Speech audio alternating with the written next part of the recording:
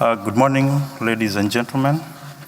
I am Orodo Angira2 from Nairobi Outreach Services Trust, which is a non-governmental organization working with people who use drugs in Nairobi, with specific attention to people who inject drugs. And the topic of discussion will be reducing vulnerability of marginalized drug-dependent communities in Nairobi, Kenya through socio-economic opportunities. We have several authors, and I am presenting. Now, people who use drugs in Kenya, including people who inject, suffer from socioeconomic marginalization due to crime and HIV risk-related behavior. There are an estimated 18,327 people who inject drugs in Kenya. HIV prevalence rate as at now is 18.3 among injecting drug users versus just a mere 6.3% among the general adult population. This is according to data by NASCOP. HIV prevalence is 44.5% among female injecting drug users and 16 among males. A brief introduction here. Nairobi Outreach Services Trust is located in Ngara, in Nairobi, capital city of Kenya. It offers HIV prevention, care, and treatment for people who use drugs since 2005. Nairobi Outreach Services Trust operates in two broad districts of Westlands and Eastlands. It covers 23 injecting drug using hotspots, and of recent, through UNODC, Nairobi Outreach Services Trust has tried to implement the OFID-funded Sustainable Livelihood Project since 2011. Now we have a vicious circle that actually gives out a clear indication of the vulnerability context. And this one will go around, as you can see from the chart there. Now, the interventions that we lay out to these particular people, at entry point, we have HIV and drug use prevention and treatment. And on the other side, we have sustainable livelihood interventions. Under HIV prevention and treatment, we have drop-in centers where we offer services like HTC, nursing, addiction counseling, outreaches. Under outreaches, we have IEC, we have needle and syringe exchange program. We have referrals as well, whereby we offer ART for HIV positive clients. And under sustainable livelihood program, we've rolled out daily meals and showers for some time. We also have shelter for women with children, which are quite a good number in these two DICs. Microcredit training with loan provision is also available, and we've also vocational training in income-generating activities or income-generating projects. Now, the methods that we've used in order to ascertain this is simple Excel cohort monitoring tool that has been used to extract data for beneficiaries of SLP. Our inclusion criteria has been at least 2 documented encounters with SLP interventions, and this has been from January to December 2013. Total enrolled in this particular small study has been 160 recovering people who inject drugs in the cohort.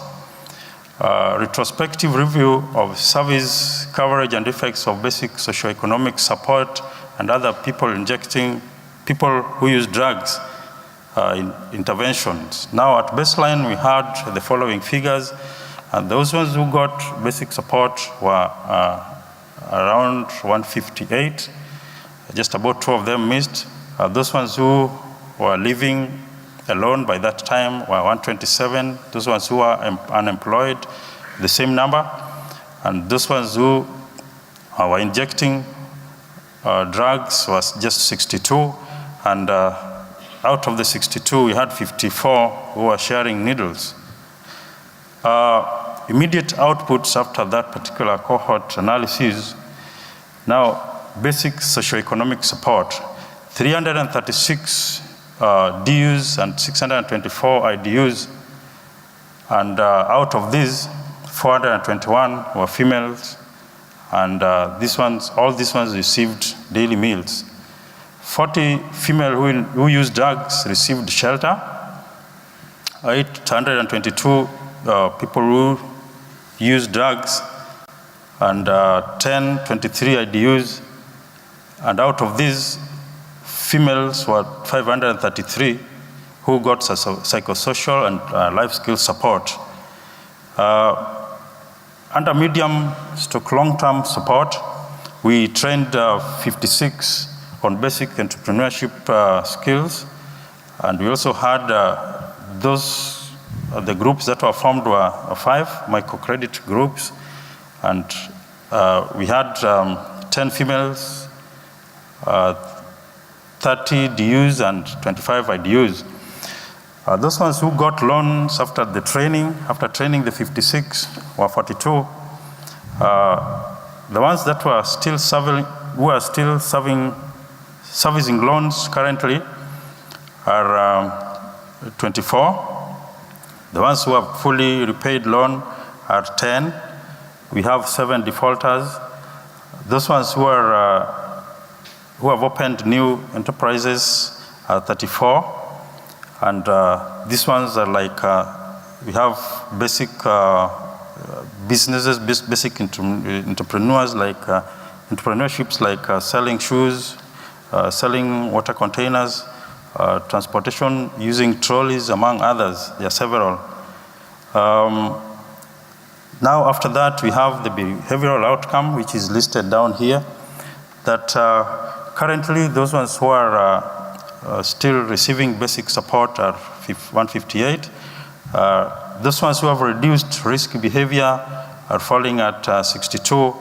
Those ones who use condom currently are 84. And number that is still injecting is 64. Those ones who are no longer sharing, since we actually rolled out the NSP, are now 36. Reduced criminality at 24. And economically reproductive people are now 127.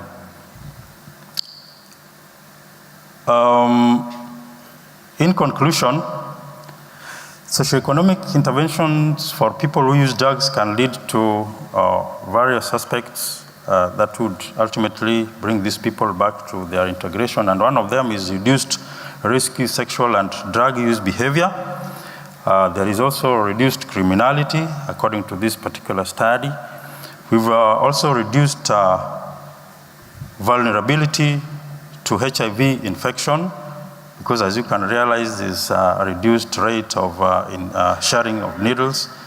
We also have increased potential to self-reliance and improved general health. Here we have quite some pictures, some photos of clients at the NOSET DIC. Like in this one, they were attending the training workshop. Here, the beneficiaries, some of the beneficiaries that we have, these are women with children who frequent the DICs, quite a good number. Lessons learned so far. Lunches, bathing and washing services attracted more clients to DIC services, including mothers with young children. The other lesson learned is that a viable enterprise can sustain feeding programs. We had implemented one initially, but it was not coming out very well. And so if we get a way of getting a viable one. Possibly it will sustain the feeding program so that it's a continuous one. Recovering people who use drugs can successfully service loans and accrue small savings. This is from the outcomes that we've so far realized.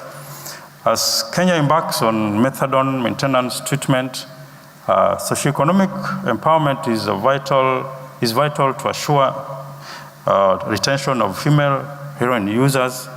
And then, if this one is well maintained, then possibly these people will be reintegrated back to the society. We would like to acknowledge OPEC for their support, the Kenya Ministry of Health through NASCOP and Mental